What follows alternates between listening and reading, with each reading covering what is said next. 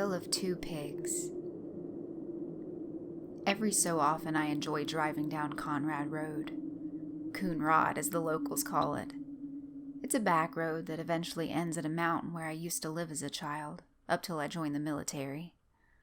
I miss it a lot.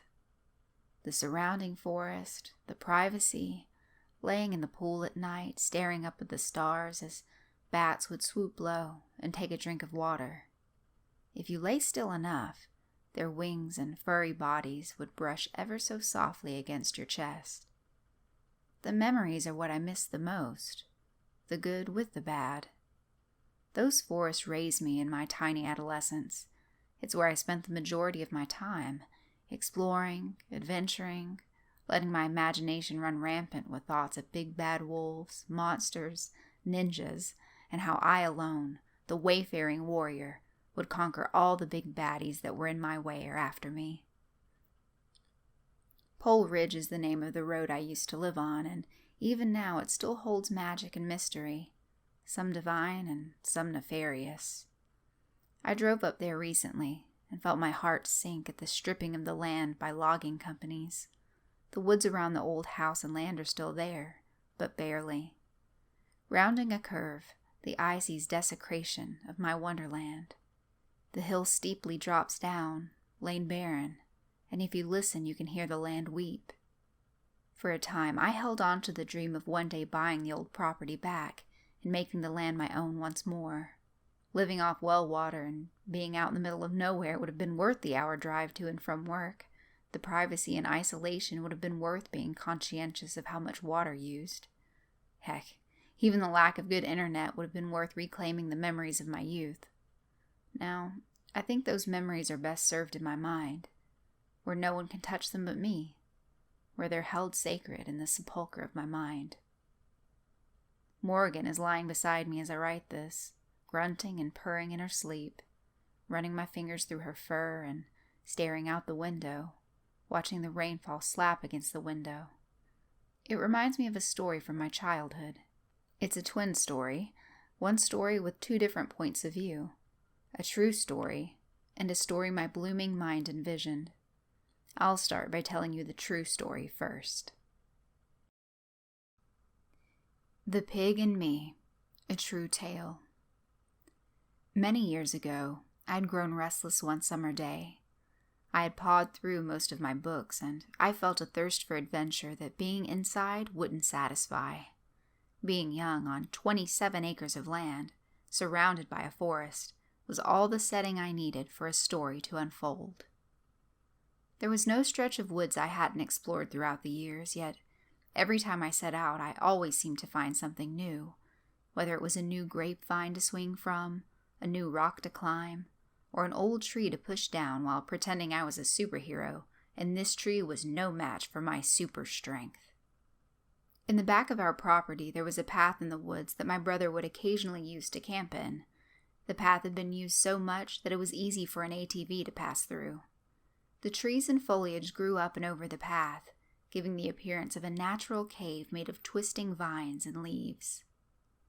This path always scared me. I could never put a finger on why, but I always felt uneasy being around it, like there was some old curse over the trail, like there were always invisible eyes watching me from its shadowy depth. That day, though, I decided to summon my courage and walk down it. I already knew where it went. If you followed the trail long enough, it would eventually dip down a hill and lead to a man-made pond surrounded by a small field, trees all around, and the house of one of my neighbors up on another hill. I knew where it led. I knew the surrounding paths and crisscrossing trees, and every surrounding area. I even knew when I was close to the path, and I would steer clear of it as I walked down a more favored part of the woods. That day I would not fear the path. I put on my jeans, my boots, a white t-shirt, and told my mom I'd be back in a bit. I stopped by the barn and grabbed an old bayonet my grandpa had given me for my birthday. He added a handle, so for me it was a small sword, my Excalibur. Leaving the barn, I passed the pool, a wood pile, a stack of logs my dad bought for the log cabin he was building, and stood in front of the path. The uneasy feeling was there, but with sword strapped through my belt, I felt brave. Or at least lest, oh, I'm going to die.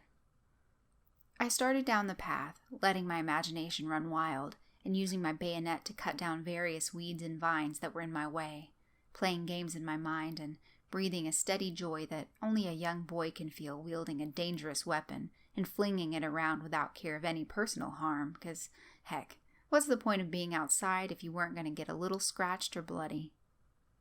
I was in the woods for about 30 minutes, walking deeper and deeper, when I heard something. A crash. Twigs breaking. I stopped to listen. It wasn't uncommon to hear breaking twigs, crashes as a limb would fall or hidden animals scurrying away. The woods are always alive with sounds, and living in them you can learn the difference, but they're never anything scary, or at least not really, just the sounds of nature being nature. But there was something off-putting about this sound. It didn't sound right. I was an avid tree climber, thankfully, because that's the only thing that saved me. I kept hearing the sound grow closer. Crash, grunt, snap, snort. I climbed up the closest tree, climbed about 10 feet in the air, and then hung upside down on a sturdy limb. A wild pig walked across the trail, and I hissed my breathing into a shallow inhale.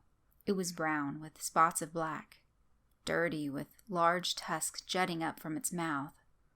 Unlike domestic pigs, wild pigs would chase you, and those tusks could open your bowels like a hot knife going through butter. Eventually, the pig walked away, and I felt like it was safe to climb down. Rather than climb down and feeling especially acrobatic with a sword through my waist, I flipped my legs over my head and dropped to the ground on all fours, then popping up with a little hop and a whoo! Well, the pig hadn't gone that far. I heard a squeal and crashing shrubs as it started to come after me. Panicked, I turned and ran. Looking over my shoulder was a mistake. The pig was still a good distance from me, but it was gaining. I turned and jumped at a low-hanging branch, pulling myself up and climbing well out of reach of those tusks. I sat on a branch this time, and the pig squealed at the bottom of the tree. It put a hoof on the tree, raising itself up, and started sniffing up at me, before dropping and making a few circles around the tree. Eventually it got bored, and walked back the way it had come. This time, I stayed in the tree for a good long while, and when I felt like enough time had passed, I slowly and quietly climbed down, pausing every few branches to cast my eyes around the woods and to listen intently. Nothing. When I reached the bottom, I turned and ran, and kept running until the path opened and I was once more in the backyard of our property. See? Semi-short, to-the-point true story of an account between a young boy and a wild pig. But, as I said in the beginning, this was a twin story, with one true and one created from an overactive young imagination.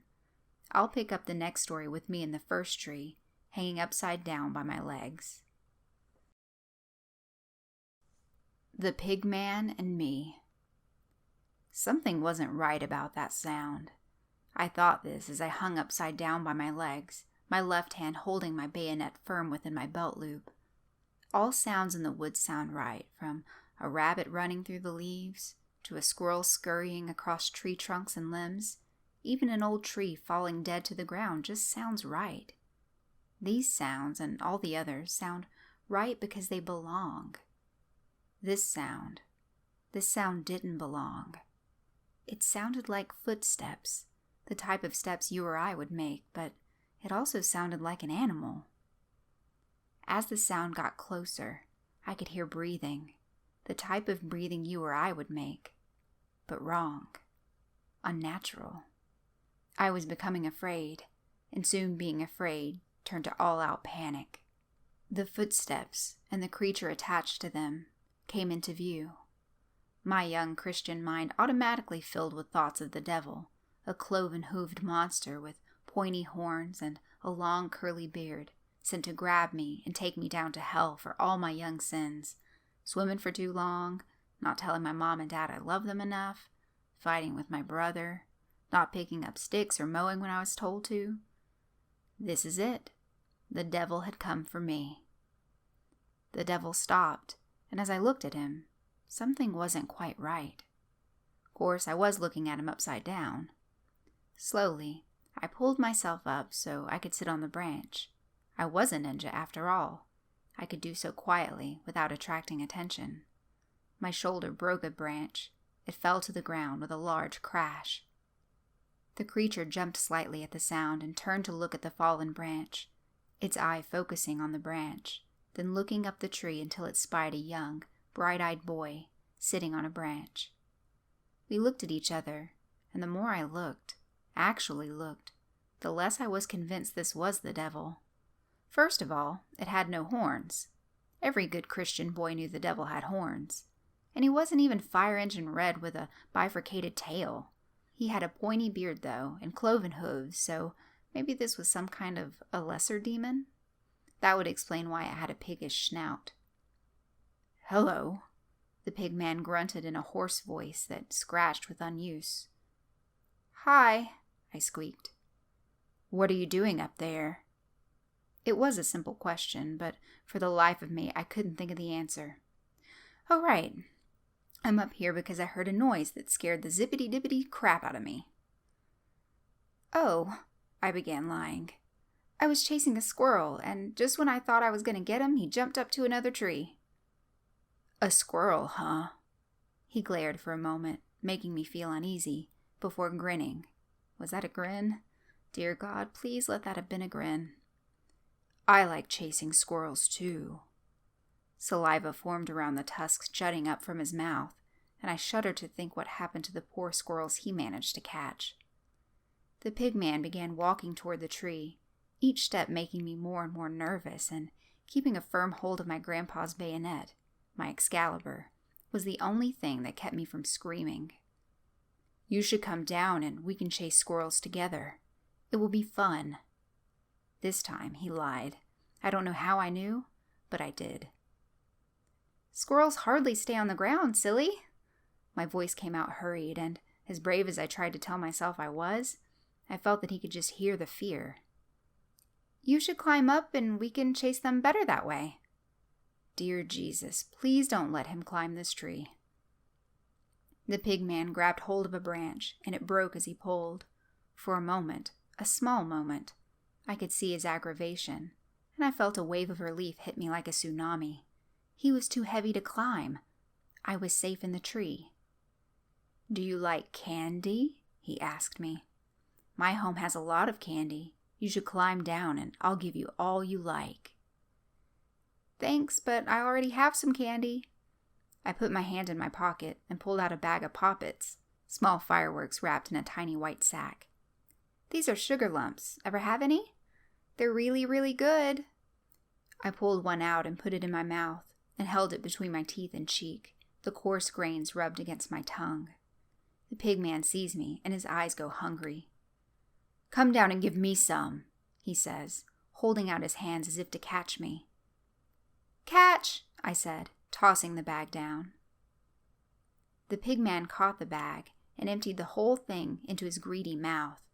He yelped as he bit down, and the small fireworks popped and sparked in his mouth. Immediately he spat out the burnt pieces and glared at me with hatred. My fear was renewed in the gaze, but he quickly softened his face and smiled. That's not a smile.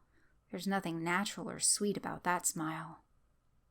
"I also have a lot of toys in my place for kiddies who come to visit me. We have a lot of fun.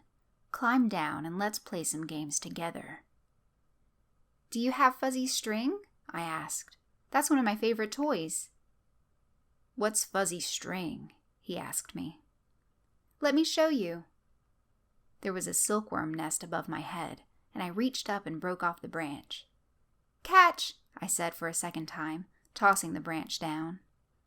The pig man caught it, and the sticky, silky threads instantly stuck to his hands and fur. Small, wiggly worms started crawling all over him and into his pointy beard. The pig man dropped my fuzzy string and began frantically swatting and swiping at his body, flinging the worms and pieces of silk. He couldn't get them all, though, and strands still stuck to his chest and beard. "Why, you little jerk," he grunted. "I'm going to suck out your intestines while you scream." Well, damn. The pigman angrily began snapping off branches and clawing at the tree, trying to reach me. Thank the man Jesus he was too heavy, and all he could do was scratch the bark. I was scared. Boogeyman in the closet during a thunderstorm with the parents out of town scared. I climbed higher as tears of fear ran down my cheeks, my heart beating thunder in my chest. Time stretched for an eternity up in that tree, gazing down at a cursing, snarling, grunting monster that was trying to get me. Eventually, he stopped. "Guess you're just too smart for me," he growled. "Watch your back, kid." He turned once he made the threat and stomped off down the path. I waited. I don't know how long I waited. I waited until I stopped hearing his footfalls, listening closely as they became fainter and fainter. Then I waited some more. The forest was quiet, eerily quiet, and with good reason. Slowly, branch by branch, I started climbing down, pausing every branch lower to the ground to listen and look. It took me about 10 seconds to climb that tree, and about 10 minutes to climb down. Then, on the last branch, only a few feet from the ground, I jumped. I landed on both feet and crouched down, scanning the woods. Nothing, only trees. I started walking slowly, much too slow for a child who just encountered a monster, but even as a child I understood how sound traveled in the hills and in the forest. Too many snapping twigs or cracking leaves would give your position away fast. I was halfway down the path home when I heard a loud, guttural squeal. I took off running. Looking over my shoulder was a mistake, but I had to look. "I told you to watch your back," the pigman shouted, gaining on me with his tusks gleaming and his cloven feet kicking up dirt. I jumped toward a low-hanging branch and pulled myself up and began to frantically climb to escape the devil behind me. The pigman slammed into the tree and grabbed a hold of my foot. I kicked frantically, and he pulled forcefully. I lurched forward and almost fell off the branch I was on when my shoe came off in his hand. I pulled my feet up and stretched them along the branch as my crotch grew wetter with my panicked, choking breaths. "You're not getting away this time," he growled, circling the tree, never taking his eyes off me. I shut my eyes and began praying the nightly prayer my mother taught me. Opening my eyes, I looked at the scratches newly formed on my arms from my frantic run and climb. Limply, my arms fell at my side as I wondered how I was going to get away this time, if I was going to get away. When my hand felt something solid and familiar. The bayonet, Excalibur. Taking a deep breath, I spoke. "Phew, that was a fun race, but you don't want to eat me, pigman. Little boys are pointy and sharp." "Bull crap," he growled at me. "I could see the scratches and cuts on your arm. You're soft and chewy." He drooled then, looking at the blood welling on my arm hungrily. "Oh, that's just rust," I said. "Don't you know little boys are made of metal? We rust easy 'cause we're always outside." "Prove it," he sneered. "Reach down and let me feel you." "Okay," I said, "but close your eyes so I know you're not going to pull me down."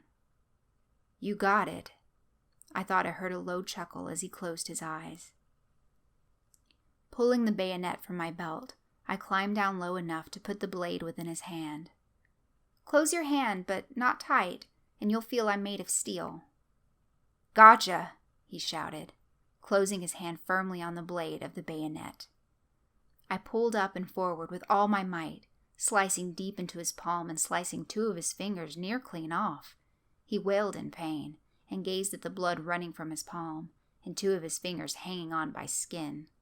The sound that came forth from his mouth I'll never forget, and I hope I never hear again. It was unnatural, that sound, full of pain and maliciousness. It was the sound of hatred, the sound of a murder.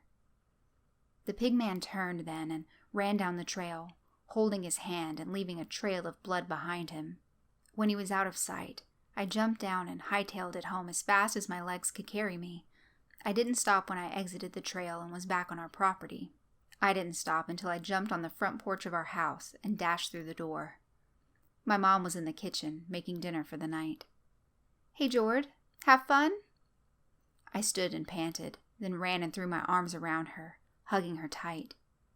"Oh," she said, surprised, then wrapping her arms around my tiny body. "Mom?" I asked. "Mm-hmm. After dinner, can I call Grandpa? I want to thank him again for the bayonet." I never told my mom, or family for that matter, about the pig. Never told them about my brush with death and how I tricked death 3 times. Even as a kid, I understood some stories need to go untold. Some stories need to remain in the closet with the boogeyman, never seeing the light. Many years later, I was camping down that same trail, the memory of the pig distant and all but forgotten. The girl I was seeing at the time thought camping would be fun, so I set up a tent, made a fire ring, and set up everything for our little secluded getaway. During the night, I had to walk back to the house to get a jug of water I forgot, and ask her if she wanted to come with me. She said she didn't, that she'd stay by the fire to make sure it didn't go out. I paused, but only briefly, and told her to make sure the flames stayed high. I paused because, for a moment, I felt uneasy. I felt something unnatural. I kissed her on the lips and told her I'd be back soon. I ran to the house, grabbed the jug of water, and ran back.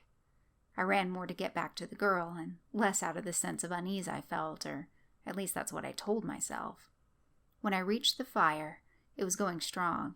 My girlfriend was sitting close to it, my little bayonet in her hand.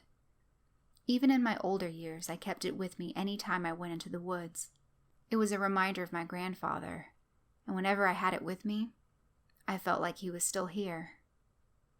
"You okay?" I asked, setting the jug down and sitting next to her, placing my hand on her leg. "I think there's something in these woods." She stared wide-eyed at me.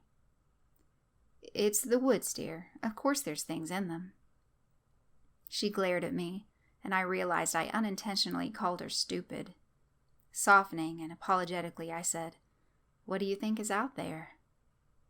"I don't know," she said. "I just kept hearing this odd grunting. It didn't sound natural." True story.